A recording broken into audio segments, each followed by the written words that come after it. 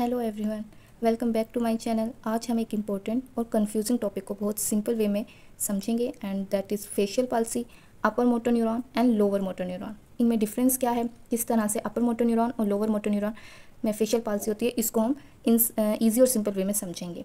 सबसे पहले हम स्टार्ट करते हैं कि फेशियल पाल्सी होती क्या है। पहले हम ये समझ लेते हैं, तो डेफिनेशन रीड करते हैं। फेशियल पाल्सी क्या है? फेशियल पाल्सी का मतलब होता है कि वीकनेस या पैरालिसिस हो जाना मसल्स ऑफ द फेस।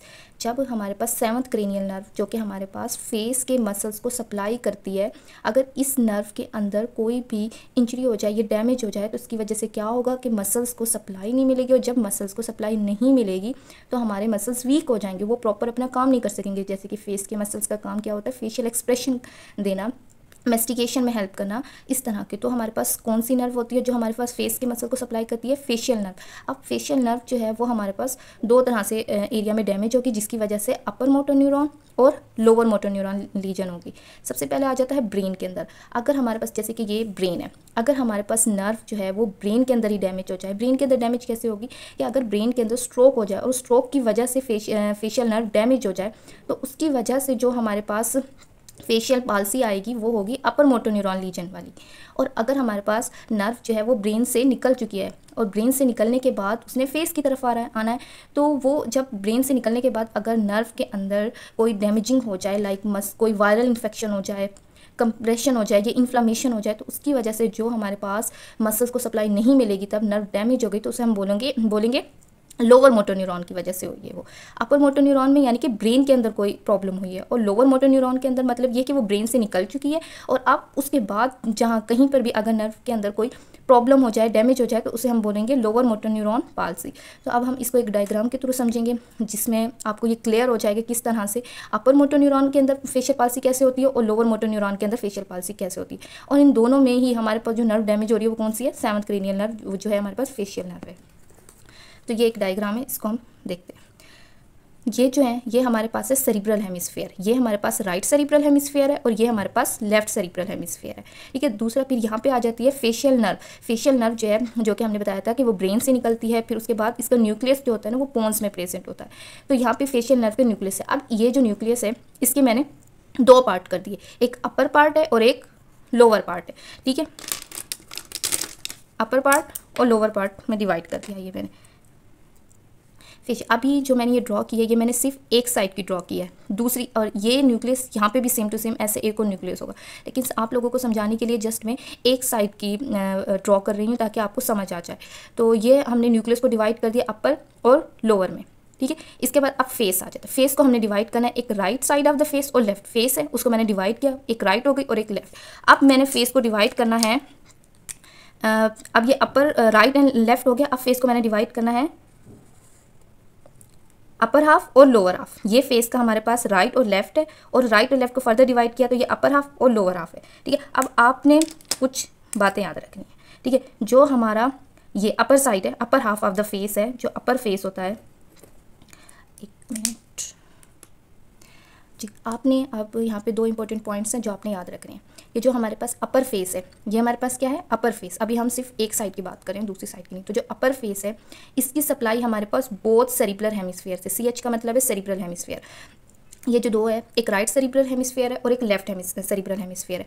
इन दोनों से सप्लाई जो आएगी वो हमारे पास अपर फेस जो है उसको सप्लाई करेगी। ये दोनों जो हैं मिलके इस फेस की जो अपर साइड है, इस वाली साइड पर भी फोकस करना है, इस साइड को भी छोड़ दें, बस आपने ये ध्यान में रखना है, ये वाली साइड, ठीक है।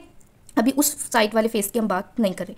तो आपने इस साइड का जो फेस है, इतना हाफ जो है अपर, इसकी सप्लाई कहाँ से आ रही है? यहाँ पे जो मसल्स हैं उनको जो सप्लाई मिलेगी वो मिलेगी सप्लाई राइट और लेफ्ट सेरिब्रल हेमिस्फीयर से, यानी कि दोनों सेरिब्रल हेमिस्फीयर हमारे पास अपर फेस को सप्लाई कर रहे हैं, ठीक है। और जो लोअर फेस है, ये वाली साइड, ये जो सारी हमारे पास ये लोअर है, ये, ठीक है, इसकी जो सप्लाई है ये हमारे पास आती है अपोजिट सेरिब्रल हेमिस्फीयर। अब ये क्या है? ये है लेफ्ट साइड, ये एक लेफ्ट साइड है, तो इसकी सप्लाई हमारे पास कौन सी सेरिब्रल हेमिस्फीयर से आएगी?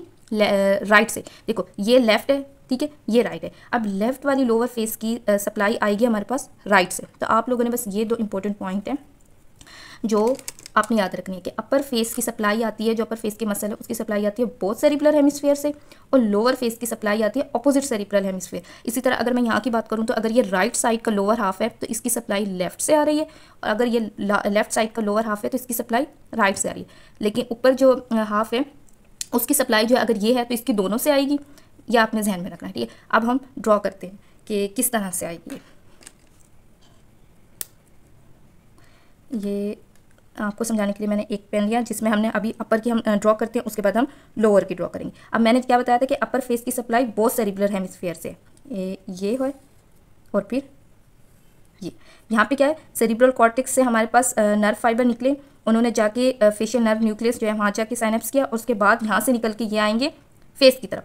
मैंने आपको समझाया था अपर मोटर न्यूरॉन और लोअर मोटर न्यूरॉन का। अगर आपने वो वीडियो नहीं देखी तो वो मेरे चैनल पे अपलोड है, तो आपने वो वीडियो भी फुल जाके देखनी है जिसमें मैंने ये समझाया हुआ है कि अपर मोटर न्यूरॉन क्या है और लोअर मोटर न्यूरॉन। अब मैंने ये ड्रॉ कर दिया, अभी हम इस फेस की ड्रॉ कर रहे हैं, तो ये राइट है और ये लेफ्ट, दोनों से निकल के आई। अब इसने सप्लाई कहाँ देनी है, इसने सप्लाई देनी है इन दोनों ने, ये यहाँ पे इस साइड के फेस को राइट, और जैसे मैंने ये बताया था ना कि अपर फेस की सप्लाई बहुत सेरिब्रल हेमिस्फीयर से, तो ये राइट है लेफ्ट है, इन दोनों ने सप्लाई किसको की, अपर को। अब इसी तरह हम लोअर हाफ की भी ड्रॉ करते हैं। अब लोअर हाफ की फेस की मैंने क्या बताई थी, ऑपोजिट सेरिब्रल हेमिस्फीयर से आई। मैंने इस साइड की ड्रॉ करनी है, तो ये क्या है, ये है लेफ्ट, तो इसकी सप्लाई कहाँ से आएगी, राइट से आएगी, और लोअर है तो ये लोअर वाली न्यूक्लियस की तरफ जाएगा, ठीक है, और ये सप्लाई करेगा इसको, ठीक है। ये मैंने ड्रॉ कर दिया। फेशियल नर्व के जो न्यूक्लियस है मैंने आपको बताया था कि इसको मैंने डिवाइड किया था अपर और लोअर में, ठीक है ना। जो अपर फेस है, अपर फेस की सप्लाई आ रही है इस अपर वाली न्यूक्लियस से, और लोअर फेस की सप्लाई आती है लोअर न्यूक्लियस से, ठीक है।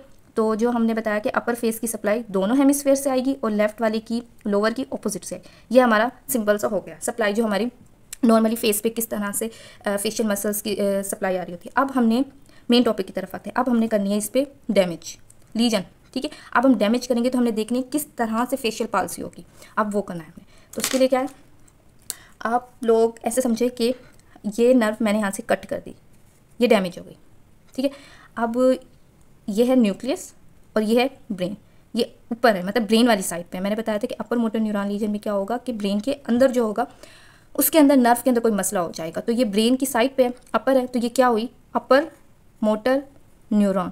और यहाँ पे मैंने कट किया मतलब कि यहाँ पे डैमेजिंग हो गई है, तो यहाँ पे लीजन आ गया, तो ये मैंने अपर साइड पे कट कर दिया। रेड का मतलब है कि यहाँ से नर्व जो है कट हो गई है, डैमेज हो गई, कोई स्ट्रोक हो गया, कोई भी इशू हो गया है, यहाँ से डैमेजिंग अकर हो गई है। अब क्या होगा, अब आपने एक साइड को कोड मेरा देखना है, ठीक है। ये मैं आपको समझाती हूँ इस तरह से। देखो यहाँ से ये दोनों कट हो गए, जब कट हुए तो ये क्या हुआ, ये जो है ब्लू वाला, इसमें अपर फेस जो है जब इसका ये वाला वायर कट हो गया तो लेकिन इसका ये साइड का वायर तो अभी है, अगर ये कट हो गया तो इसने इसको सप्लाई दे दी, तो जिसकी वजह से क्या हुआ, ये इंटैक्ट रहेगा, ठीक है, लेफ्ट वाला। अब दूसरा क्या था कि राइट वाला मैंने जब कट किया उसमें डैमेजिंग हुई तो ये भी कट हो गया। अगर राइट वाला कट हुआ तो ये भी कट हो गया, लेकिन लेफ्ट वाला कट किया मैंने लेकिन वो इंटैक्ट, राइट वाला कट किया लेकिन लेफ्ट वाला इंटैक्ट इसलिए रहा क्योंकि मैंने बताया कि जो अपर साइड का जो फेस होता है इसकी सप्लाई राइट और लेफ्ट दोनों से आ रही है, तो इसकी वजह से क्या हुआ, अपर साइड जो होगी वो इंटैक्ट रहेगी। अगर उसका एक वायर कट किया, दूसरा वायर तो है अभी, तो वो मसल को सप्लाई दे देगा। जब वो मसल को सप्लाई दे देगा तो जिसकी वजह से क्या होगा कि हमारे पास जो अपर साइड जो है फेस की, वहाँ के मसल इंटैक्ट रहेंगे, उनके अंदर एक्सप्रेशन वगैरह शो होंगे। लेकिन जो लोअर साइड है उसको तो सिर्फ एक ही तार था और एक मैंने काट दिया तो नीचे वाला भी कट गया क्योंकि सप्लाई नहीं जा रही, तो इसकी वजह से क्या होगा, यहाँ के मसल क्या हो जाएंगे, वीक हो जाएंगे।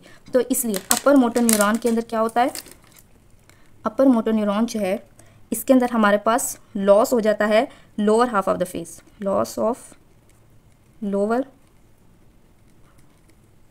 फेस, ठीक है।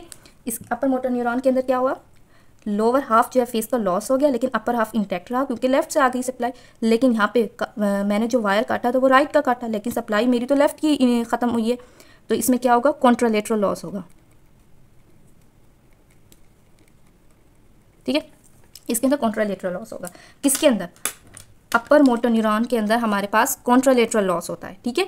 Lower half of the face चला जाएगा, ये फेस से एक्सप्रेशन वगैरह चले जाएंगे, लेकिन यहाँ पे आई जो है क्लोज होगी, रिंकल्स भी प्रोड्यूस होंगे, सब कुछ होगा। यहाँ पे मसल सही रहेंगे, कॉन्ट्रैक्ट करेंगे, लेकिन यहाँ से मसल गया, यहाँ से फेस ड्रॉप हो जाएगा, ठीक है।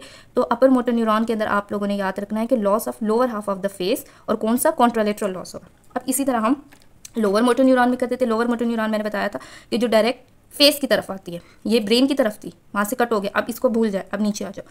अब मैंने क्या करना है, जो नर्व फाइबर मसल्स की तरफ आ रहे हैं, अगर मैं वहाँ से कोई कंप्रेशन, इन्फ्लामेशन या कुछ भी हो जाए मसला, तो वो कट हो जाए। तो जैसे कि मैंने ये वायर यहाँ से कट कर दिया, ठीक है, ये मैंने क्या कर दिया, कट।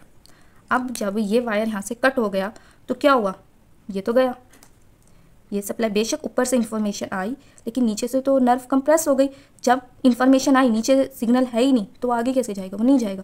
तो यहाँ से भी इन्फॉर्मेशन गई, यहाँ से भी गई, दोनों तरफ से गई, क्योंकि वायर कट। तो क्या होगा, लोअर मोटर न्यूरॉन के अंदर, लोअर मोटर न्यूरॉन रीजन, इसके अंदर अपर हाफ और लोअर हाफ दोनों के अंदर मसल लॉस हो जाएगा। लॉस क्या होगा, अपर भी और लोअर भी, यानी कि one side of the face जो है, फेस वो लॉस हो जाएगी।